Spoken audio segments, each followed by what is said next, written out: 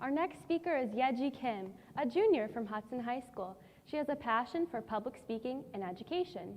She also has a show broadcasting on local TV, so everyone make sure to check out Yeji Around Town.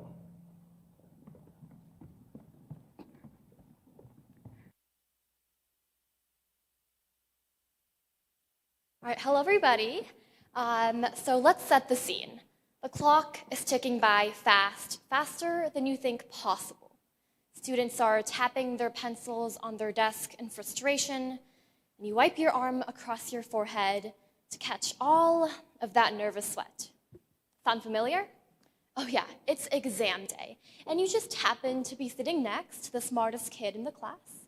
So if you move your head a couple of inches over, you'll find out the answer to question number 8.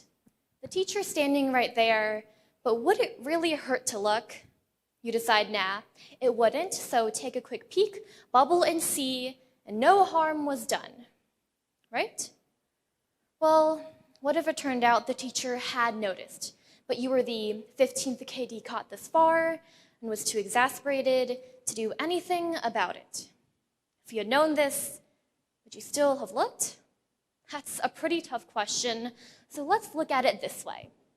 Would you rather do well on a test you thought you failed, or fail a test you thought you did well on? The answer seems pretty obvious. To do well on a test you thought you failed. But if we really look at it, some of your answers to that question may not be what you think.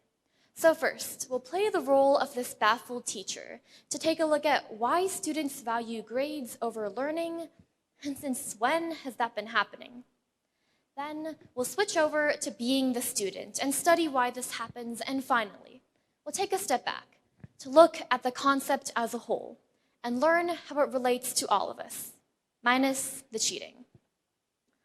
While learning has existed since the creation of this world, grades are a relatively new concept compared to the beginning of time, as they were added in the late 1700s, so tutor William Farish could reduce his own workload, spend less hours in a classroom, and have no need to burrow into a student's mind to see if they fully understood a concept. If that doesn't rain on your parade, then the fact that grades also originated earlier than that, to judge the quality of shoes in assembly line factories, might. If we were to find a root cause of the problem, this just might be it. Grades weren't created to measure how much a student had learned. They were created to reduce time and simplify everything. And we know better than that. We know that kids with malleable and bright minds are nowhere near the same as assembly line shoes. It's not just grades or GPA, though, that inhibit students from fully learning. It's the methods in which they are presented. For example, one of these methods is the system of grading on a curve. Adam Grant from the Wharton School of Business argues the best argument against grade curves is that they create an environment that's toxic by pitting students against one another. At best, it creates a hyper-competitive culture, but at worst, it sends students the message that the world is a zero-sum game, that your success must mean my failure. When educator Mark Barnes went gradeless around a decade ago, instead switching to an assessment system based on observation, feedback, and student self-evaluation, students became more engaged learners, began completing all assignments, and even passed standardized tests at higher rates than their peers in classrooms with traditional grades. It's important to note that the stakes around grades and GPA are extremely high. You have college, scholarships, parental pressure, even your perception of your own self-worth. They all relate to grades. Parents are a huge factor, and according to Today, 80% of parents consider their kids to value kids' achievements over being a caring community member. Now, this slowly but surely sends the message that simply having good grades will get you far in life. There are so many other factors, such as collaboration, creativity, and integrity. Imagine a workforce without those values. It seems impossible, but it's the situation we're preparing our students for. The message around the importance of grades doesn't just come from outside factors, though. It comes from the inside as well. A 2002 study by the American Psychological Association found that 80% of college freshmen based their self-worth on academic competence. I mean, it's true. If we get a bad grade on a test, our day is simply ruined. And there are huge detrimental effects to this on both our physical and mental health, as it affects our ability to think broadly and creatively and hinders motivation as well. This relates to every single one of us. Every one of us has been in a situation where we could have cheated on a test, could have lied to a teacher about a grade they accidentally typed in higher than it should have been. And maybe some of you have. But learning for the sake of learning is not a punishment. It's a gift, a golden opportunity given to all of us. So think about it like this. A square is a rectangle, but a rectangle is not a square. Those two concepts have a correlation, as do GPA and learning. GPA will follow suit when learning is valued first, but learning will seldom follow when GPA is valued first.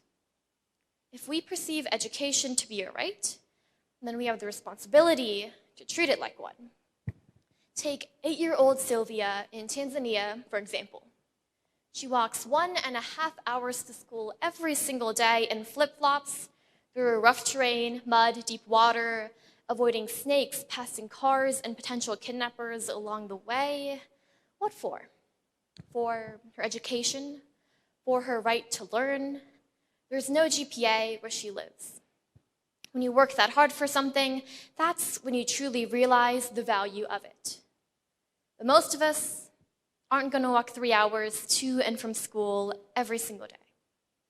And most of us are going to go back to school on Monday and be faced with the choice of poring over grades and forgetting why we are there in the first place, or taking time to fully understand a concept and ask engaging questions.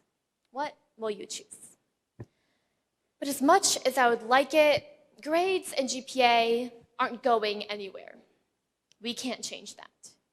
But what we can change is our own outlook towards it. Enter intrinsic motivation. The grade network defines intrinsic motivation as self-centered in a positive way, and that someone's own desire to learn from the task has the highest priority. There are countless benefits to intrinsic learning, such as students then feel like they are in control, which leads to higher lifetime learning potential. Grades are just one letter, GPA is just one number, but according to an ancient Chinese proverb, learning is a treasure that will follow its owner everywhere. However, clicking on your grades 6 times a day doesn't mean you aren't learning. It simply means learning is not your highest priority. The only thing stopping us from making that our highest priority is ourselves. We're the ones that have the power to make that decision, the power to create the future. Because the future starts today with every single one of us. So let's go back to that question I asked everyone here at the beginning of this speech. Would you rather do well on a test you thought you failed, or fail a test you thought you did well on? Maybe your original answer still stands. But let's look at the other situation. You fail a test you thought you did well on. In that case, from the moment right after you take your test to the moment right before you get your grade back is filled with short-term happiness, but this situation is unfavorable because our rose-colored glasses will be shattered the moment we get our grade back. This is precisely what we are doing to ourselves by refusing to learn for the sake of learning. When you perhaps sneak a glance at your neighbor's paper, you get temporary happiness in thinking that you did well. But in the long run, that means nothing. Remember, in the long run, what matters is what you choose to prioritize, and I am not the best at math. But I know that a high GPA plus an A on a chemistry test is not the future we need. The future we need isn't a simple, formulaic math equation either. It's complicated, and it's tough. But if we take the steps today, because everything starts with today, then who knows how much we can learn in the future. Thank you, guys.